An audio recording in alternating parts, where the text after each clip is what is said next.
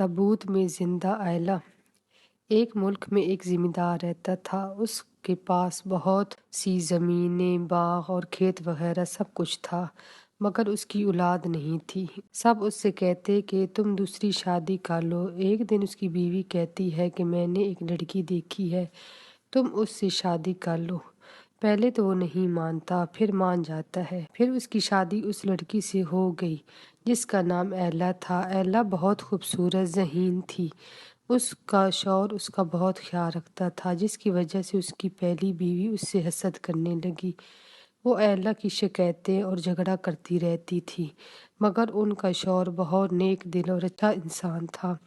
वो कोशिश करता कि वो दोनों को खुश रख सके। एक दिन वो एला को बाग की सैर करवाता है तो एला कहती है, ये बाग तो बहुत खूबसूरत है, इसमें तो हर किस्म के फल और फूल हैं, ये मुझे बहुत पसंद आया है। आप मुझे से वादा करें, अगर मैं मर गई तो आप मेरा ताबूत इस बाग में रख देंगे। कुछ अरसे बाद एला की माँ बनने की खुशखबरी मिलती है। एला और उसका शौहर बहुत खुश होते हैं। उसका शौहर पहले से ज़्यादा उसका ख्याल रखता है, जिसकी वजह से उसकी सौतन उससे जान छुड़ाना चाहती है। वो एक जादूगर के पास जाती है।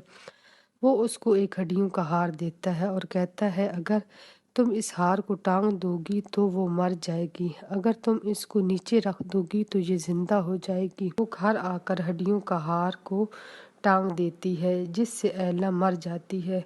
सब समझते हैं कि एला मर गई है। उसका शौहर एला की ख्वाहिश के मुताबिक उसको ताबूत में डालकर बाग में रख देता है।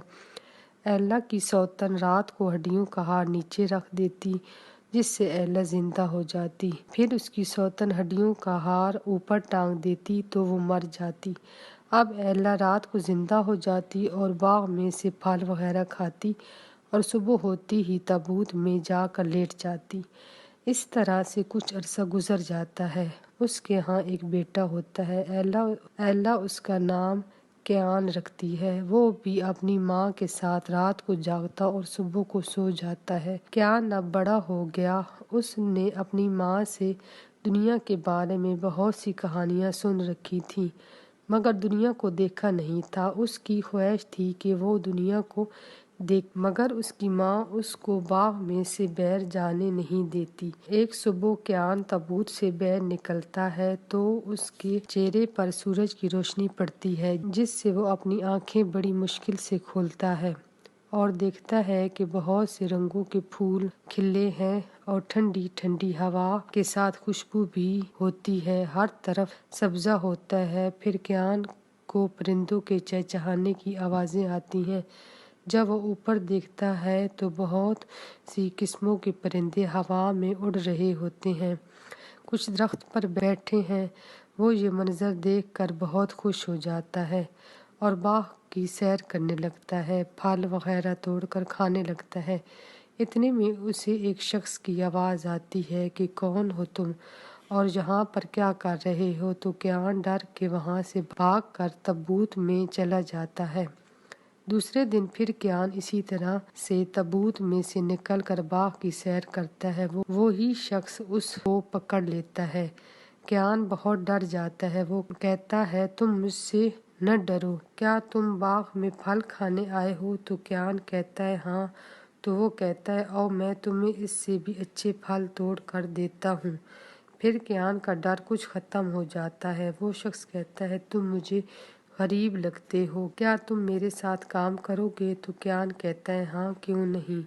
तो वो क्यान को और लोगों से मिलवाता है और कहता है कि आज हम फल और सब्जियां तोड़ेंगे और कल बाजार जाकर बेचेंगे और ये बच्चा भी हमारे साथ काम करेगा। क्यान बहुत खुश हो जाता है। वो सारा दिन सबके साथ काम करता है और शाम को ताबूत में जाकर सो जाता है। दूसरे दिन वो खुश होता है कि वो आज बाजार देखेगा। दूसरे दिन वो जल्दी से वहाँ पहुँच जाता है। फिर सब मिलकर बाजार जाते हैं। क्यान को सब कुछ बहुत अजीब लगता है। उसको दुनिया बहुत अच्छी लगती है। रात को जब क्यान सोने लगता है तो उसकी माँ कहती है कि क्यान, तुम क्या कर रहे हो। तुम रात को सो जाते हो और सुबह को जागते हो।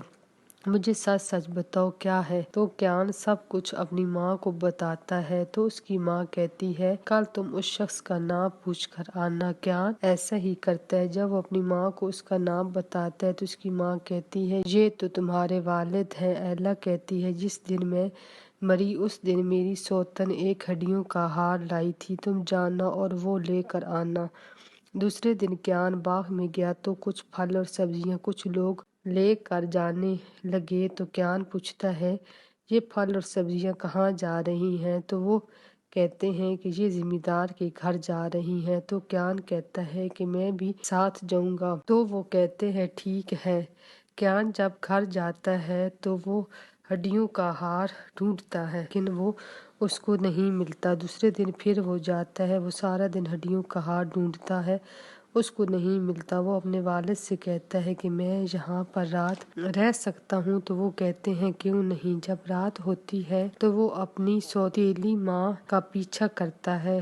तो वो एक तहखाने में जाती है तो क्यान भी उसके पीछे जाता है और हड्डियों का हार देखता है।